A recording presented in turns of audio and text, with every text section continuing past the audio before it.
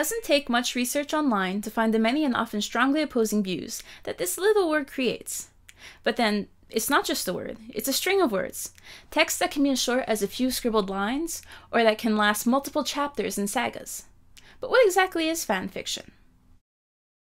In the essay, Just Don't Call Them Cartoons, Rebecca Tushnet, a literacy critic, defines fanfiction as any kind of written creativity that is based on an identifiable segment of popular culture, such as a television show, and is not produced as professional writing. In the larger scheme of things, fanfiction is an activity that finds its context within a larger set of practices followed by fan communities or fan subcultures. But unlike other fan practices, fanfiction is an almost exclusively female fan practice. Researchers on the subject, such as Camille Bacon-Smith, estimate that upwards of 90% of fanfiction writers are female. Started in the 70s, fanfiction used to be distributed through the sale of underground fan magazines, or fanzines, and were created and bought primarily by middle-aged, middle-class sci-fi fans. But with the advent of the internet, fanfiction underwent a massive expansion and diversification. Nowadays, Tushnet notes, prominent archival fanfiction sites, as well as the vast number of personal sites on the web, feature fiction based on a range of culturally diverse canons, composed in multiple languages, and posted mostly by fans between the ages of 13 to 18. And with the relative ease of online communication and circulation, the genre has become much more evident as a social, cultural, and intellectual practice. But what exactly does this mean? What is this particular social practice?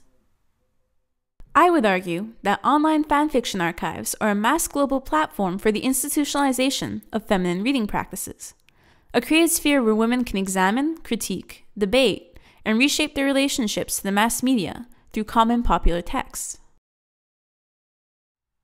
This phenomenon, of course, always remains within the broader context of fandom, as described by cultural studies researchers such as Henry Jenkins. In his book, Textual Poachers, Jenkins likens the practices of fan communities to that of the concept of textual poaching, an idea which was first coined by Michel de Certeau in 1984, in which he characterizes active reading practices as poaching, an impertinent raid on the literary preserve that takes away only those things that are useful or pleasurable to the reader. This type of reading is put into contrast with the classic institutionalized reading practices supported by bourgeois society, such as what we're taught in school, where we are asked of or taught, according to him, to be nothing more than the passive recipients of authoritative meaning, and where any deviations from this form of reading are considered wrong, or an inability to understand what the author was trying to say. In other words, institutionalized reading practices would have us defer solely on the author's intended meaning for all interpretations and understandings of a story. And in contrast, textual poaching is reading practice in almost direct opposition, where the reader partakes, in Jenkins' words, in a cultural bricolage, through which readers fragment texts and reassemble the broken shards, or according to their own blueprints, salvaging bits and pieces of the found material in making sense of their own social experience.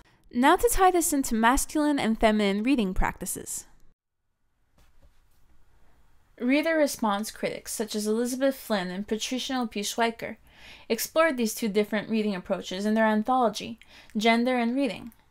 In one survey by David Blech, a survey of responses by male and female students to canonical literary works, it was concluded that men tended to read for authorial meaning, perceiving a strong narrational voice shaping events, while women experienced the narrative as a world, without a particularly strong sense that this world was narrated into existence. Male reading acknowledged and respected the author's authority, while women saw themselves as engaged in the conversation, within which they could participate as active contributors.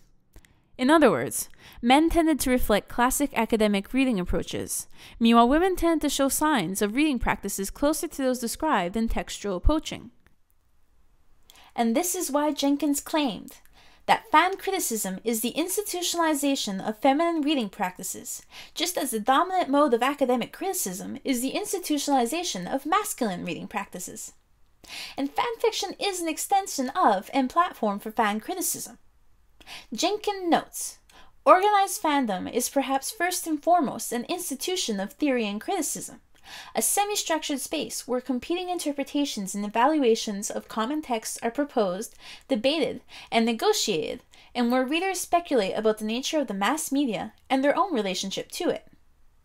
Now, this is a really long sentence, but the key point being, organized fandom is an institution of theory and criticism, and it's a place where the meanings of popular texts, such as TV shows, and viewers' relationships to them, are put up for debate. In the case of fanfiction, a predominantly female practice to begin with, fanfiction archives such as fanfiction.net present a sphere, a space on the internet where women can partake in this institution of theory and criticism.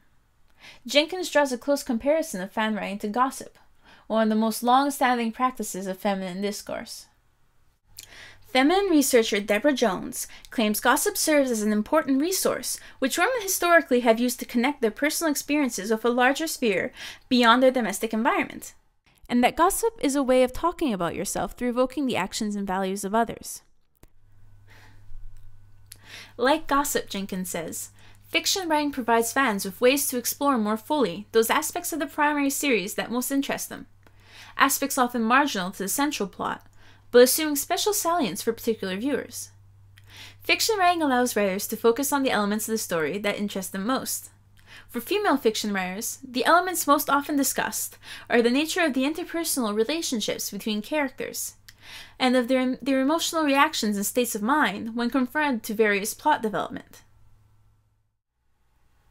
And the fact is, popular texts from the mass media make a great starting point for a larger, more global ideological debate.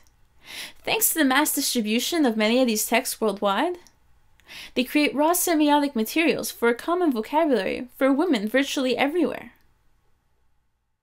As Jenkins states, in an increasingly atomistic age, the ready-made characters of popular culture provide a shared set of references for discussing common experiences and feelings, with whom many may never have enjoyed face-to-face contact. This element of dialogue, fundamental to fan criticism, is enabled by certain features of fanfiction websites that allow readers to give feedback to the writers, and for writers to then answer back to that feedback in an ongoing discussion. In fact, many authors openly request feedback at the beginning of their posts. This request for comments, as University of Ottawa professor Michael Strangelove in his book Watching YouTube states, reflects the dialogical character of internet cultural productions. Finally, for women, fan criticism and dialogue through fan fiction connect as a way through which to comment on and critique patriarchy and gender roles, as is specifically seen in slash fanfiction. Now, slash fiction, if you're unfamiliar, are stories that present usually leading, originally heterosexual male characters in homosexual relationships and situations. It's often seen by researchers as pornography written by women for women, but it's more than that. In his observations, Jenkins notes, slash is not so much a genre about sex as a genre about the limitations of traditional masculinity and about reconfiguring male identity. Slash confronts the most repressive forms of sexual identity and provides utopian alternatives to current configurations of gender. It's about the limitations of masculine identity and the limitations of heterosexual relationships as they are limited and directed by gender roles. It presents relationships in which gender is no longer a factor and allows for more egalitarian relationships to take place and be created. Now, what is so important and relevant in slash fiction and fanfiction in general is the way in which amateur-created content can change the way we perceive the original texts. As Professor Strangelove comments, in this case about amateur videos, online appropriations have the power to alter our experiences of television shows and movies. The domain of commercial media is coming under the influence of amateur cultural production. Although different mediums, it's safe to say that the same holds true to online written appropriations. In fact, I'd be the first to confirm it from personal experience. And if fanfictions can change the way we see popular male protagonists, these practices can become very important indeed, because as Jenkins notes, there are considerable implications behind shifting our conceptions of male heroes, since a fairly rigidly defined and hierarchical concept of gender remains central to all aspects of contemporary social and cultural experiences. Now, this isn't to say that changing our views of fictional popular characters will cause radical changes to our society and the world, but it can create progressive ones. So although it may be easy to look down upon or even dismiss online fanfiction in many of the same ways that we have dismissed other forms of female discourse in the past, such as gossip, it would be very unwise to do so. Feminine reading practices such exhibited in fanfiction writing are growing steadily in popularity, with popular texts such as the Harry Potter series having more than 478,000 stories on fanfiction.net alone. What was once a marginalized practice is now fast becoming a widespread cultural phenomenon in young women. And in a world where it's becoming increasingly difficult to convince a high school student to read a subscribed book or write an essay, but in which that same student will most likely have multiple stories posted online and will read others' posts for hours on end, we may be noticing a changing in the tide in the very way that the younger generation chooses to read texts, and the slow rejection of the monopoly of masculine reading and discourse.